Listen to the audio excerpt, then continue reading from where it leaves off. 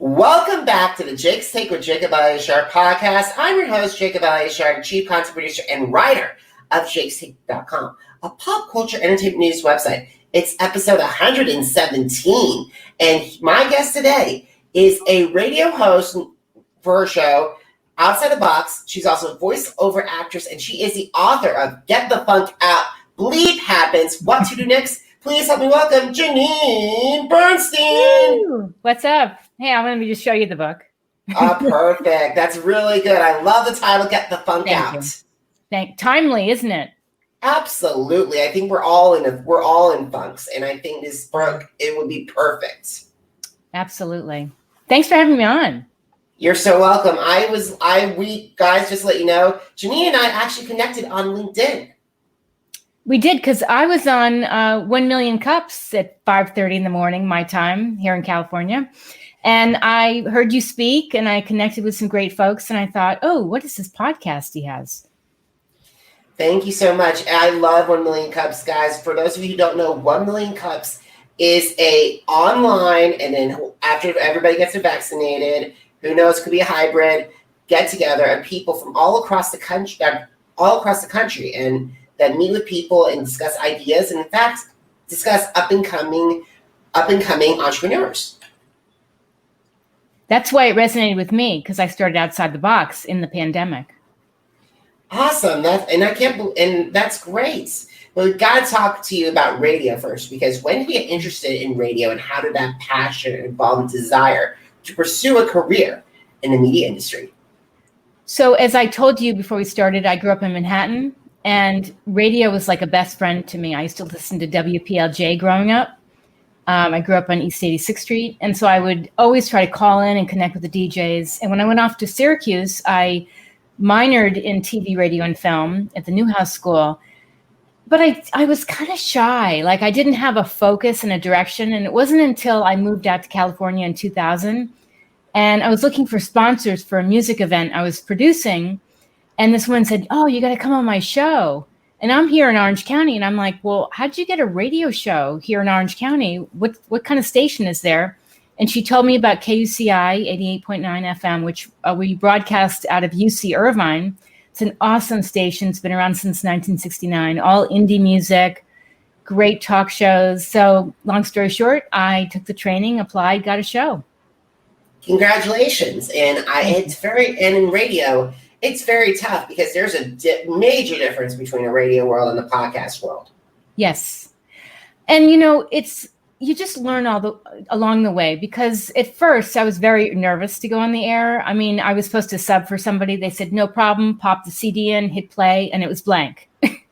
So I had to get on the air, and I was like, oh man, and I'm sweating. But, you figure it out how to be just conversational. And that's what attracted me to voiceover, because all the improv I studied and the acting, it prepares you for life, especially radio. Things happen. I mean, like guests, they get nervous, or they get disconnected, or whatever it is. You got to learn to go with the flow in life.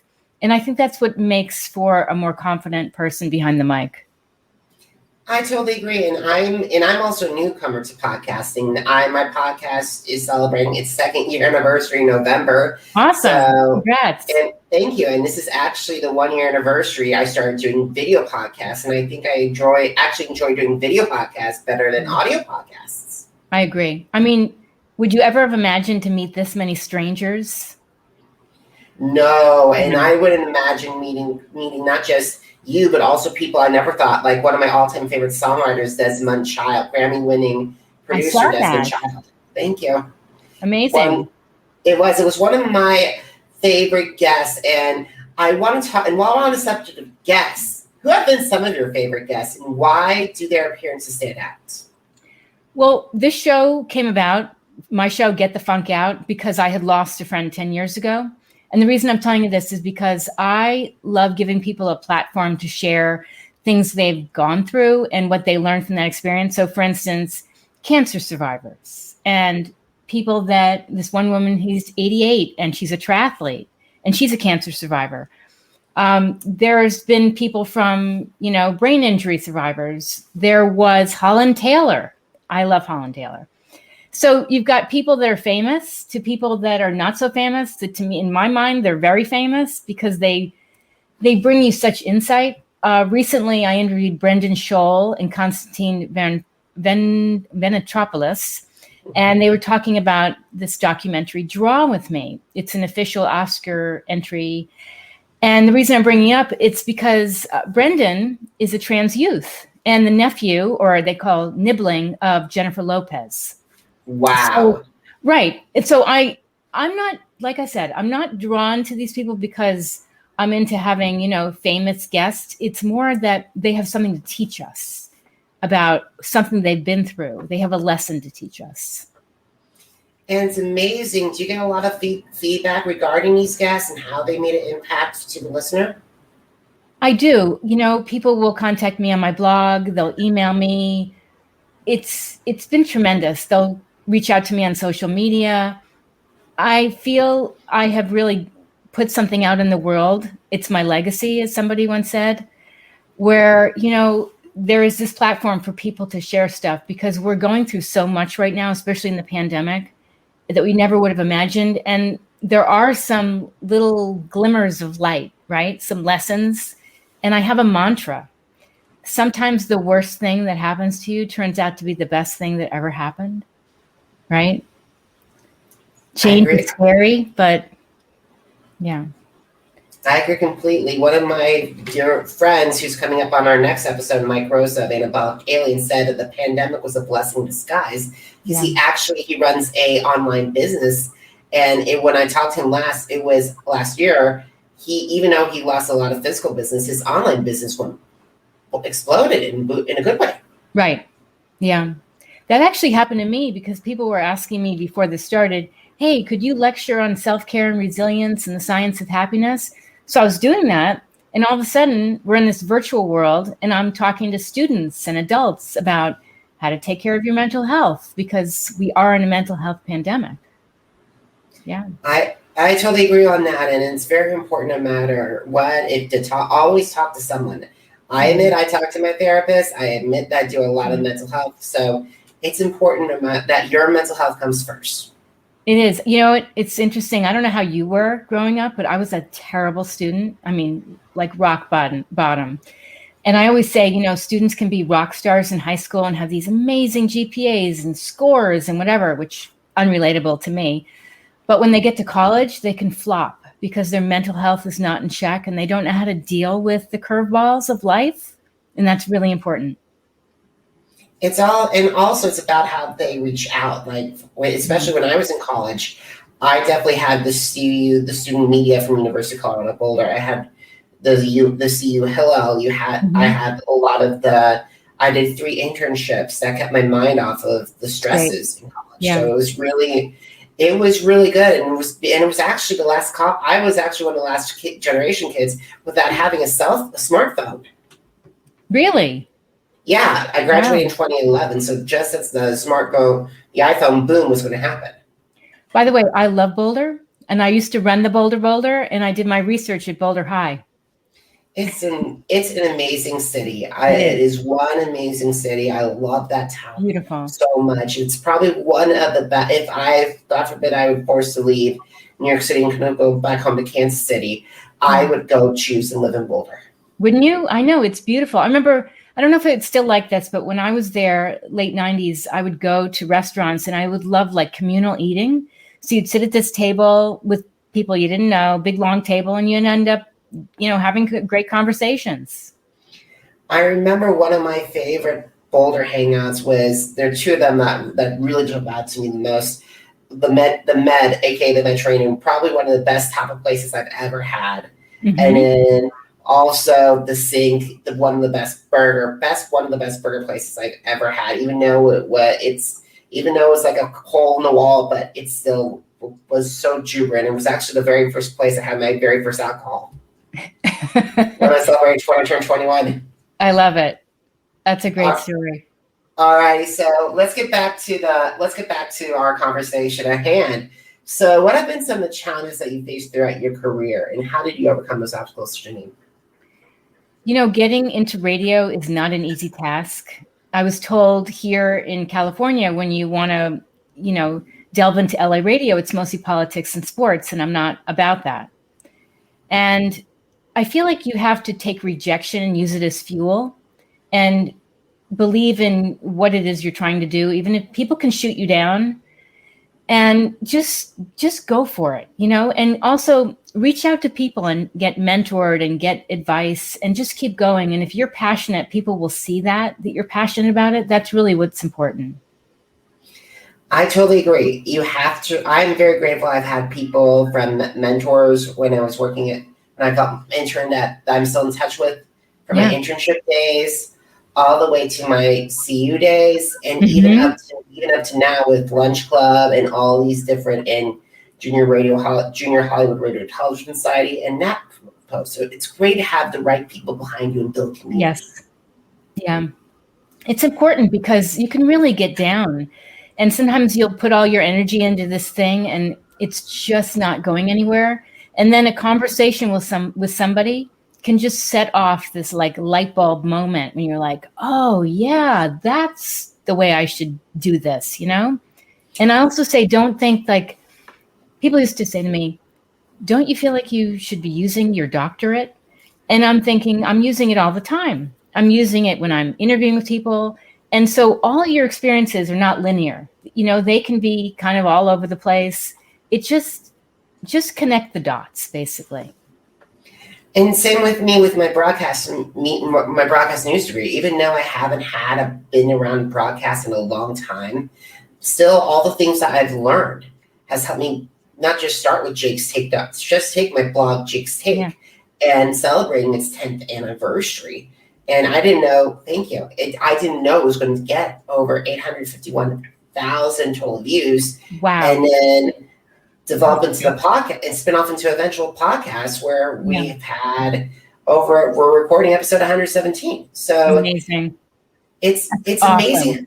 Thank you, Janeane. I appreciate it. And it's all about the journey, no matter, it's like I was just looked at something on Instagram of a cartoon about like, everyone think it's the old thing about the linear line of like point A to point B. Yeah. Unfortunately, they don't, guys, it's actually point A, point G, point F.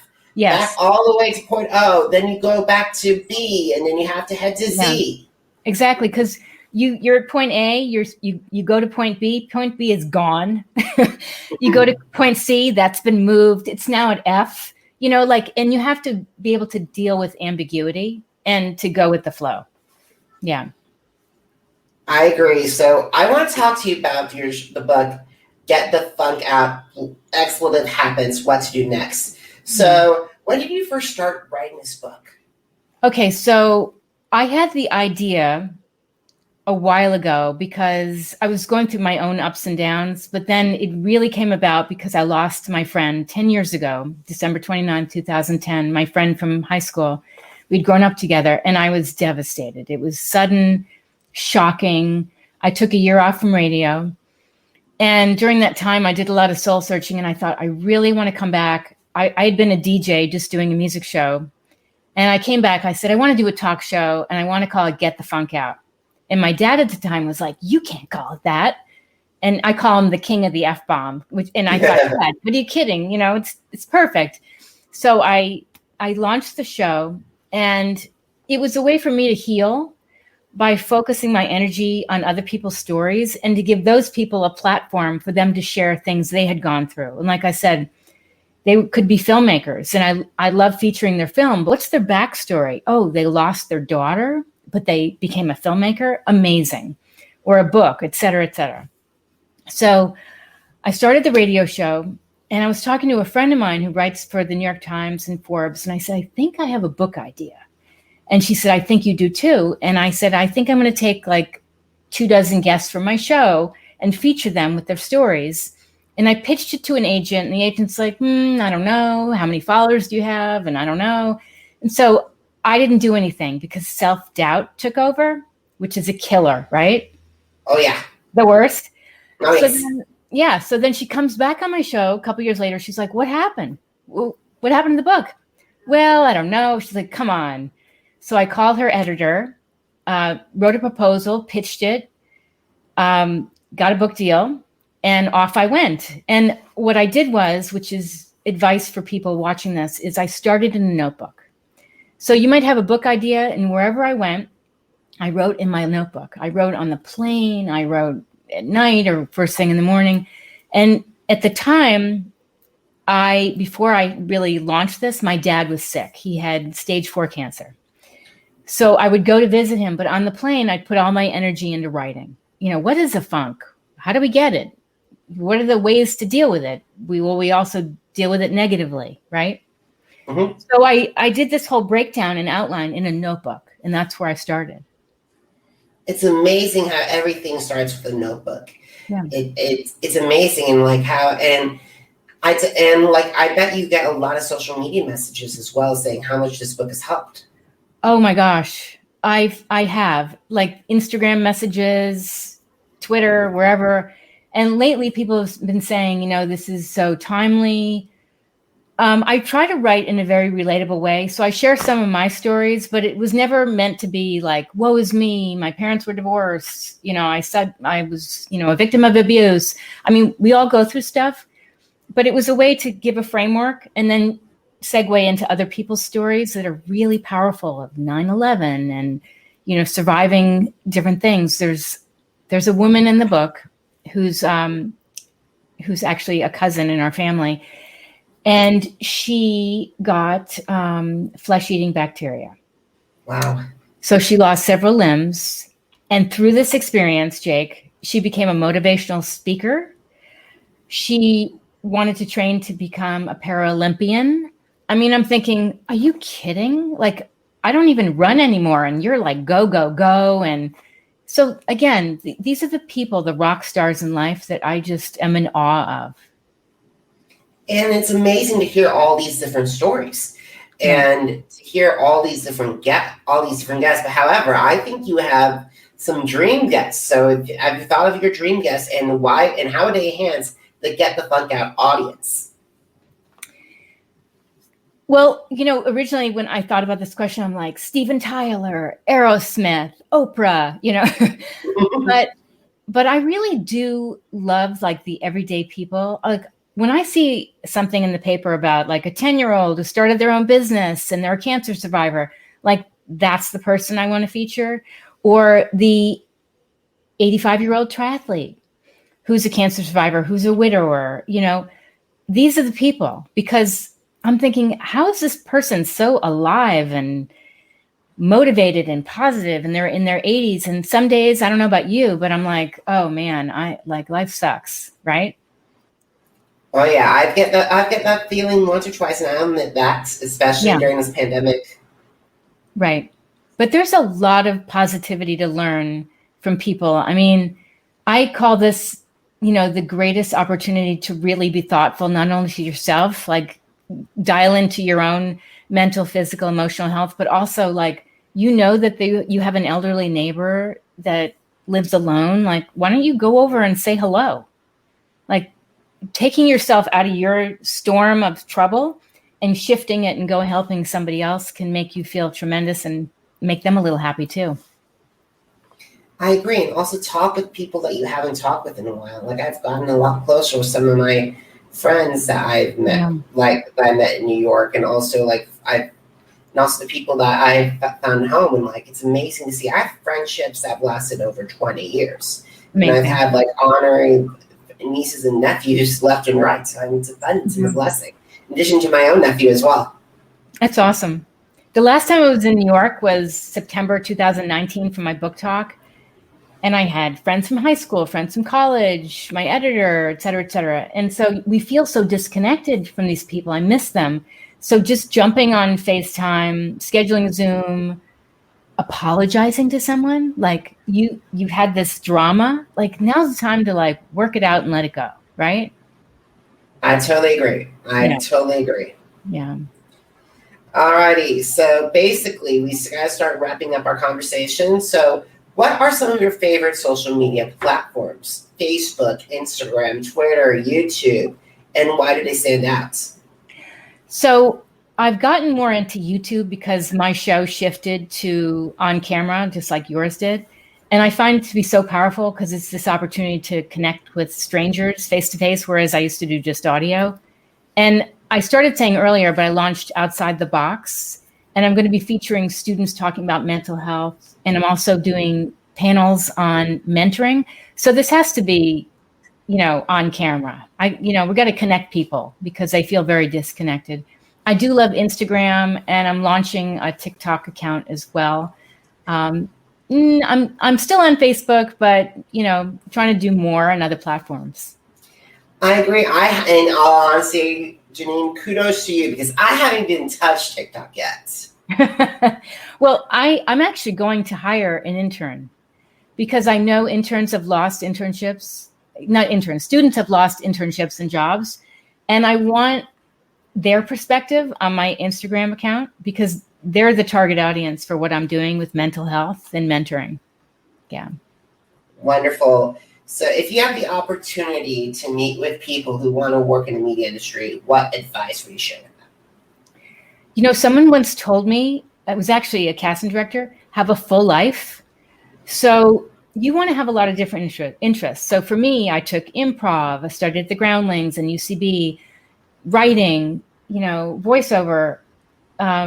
If you have a creative talent, musical talent, do these things because this all makes you a more well-rounded person, and you need diversions, right? Because we're going to get heaps of rejection, and how you deal with that will set you up for the future, right? So for me, I also write screenplays. Rejection. Oh, I got in, right? That's great. But now I've learned, I didn't get in. That's okay.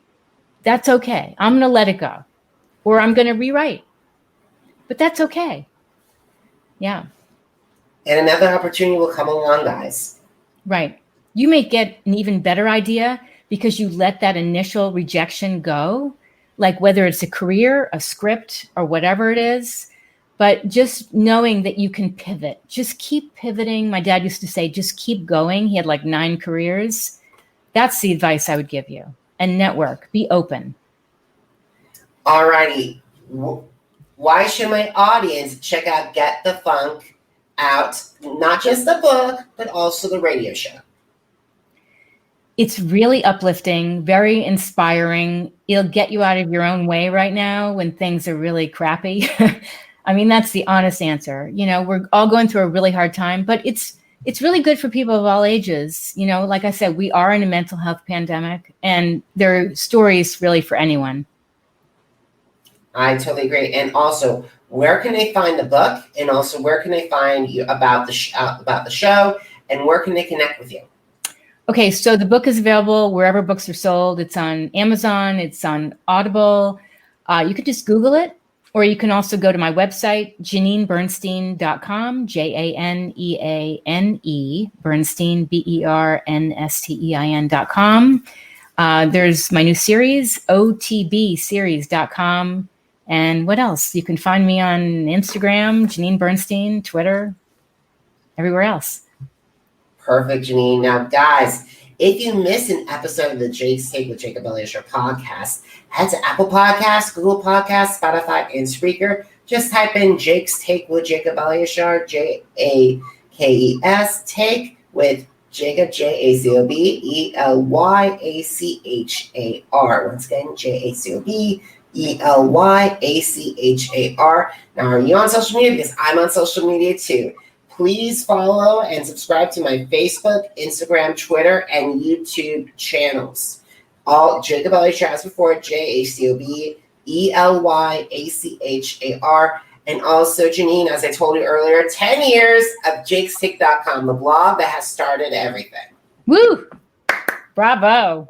Awesome. Thank you so much. And it's all, guys, if you want to read my articles, more podcast interviews, and even my music reviews and my concert reviews, head to jakestick.com. And also, guys, please consider heading over to PayPal to help keep jakestick.com and my platform up and running. It's been amazing. I need all the help I can get to keep my platform up.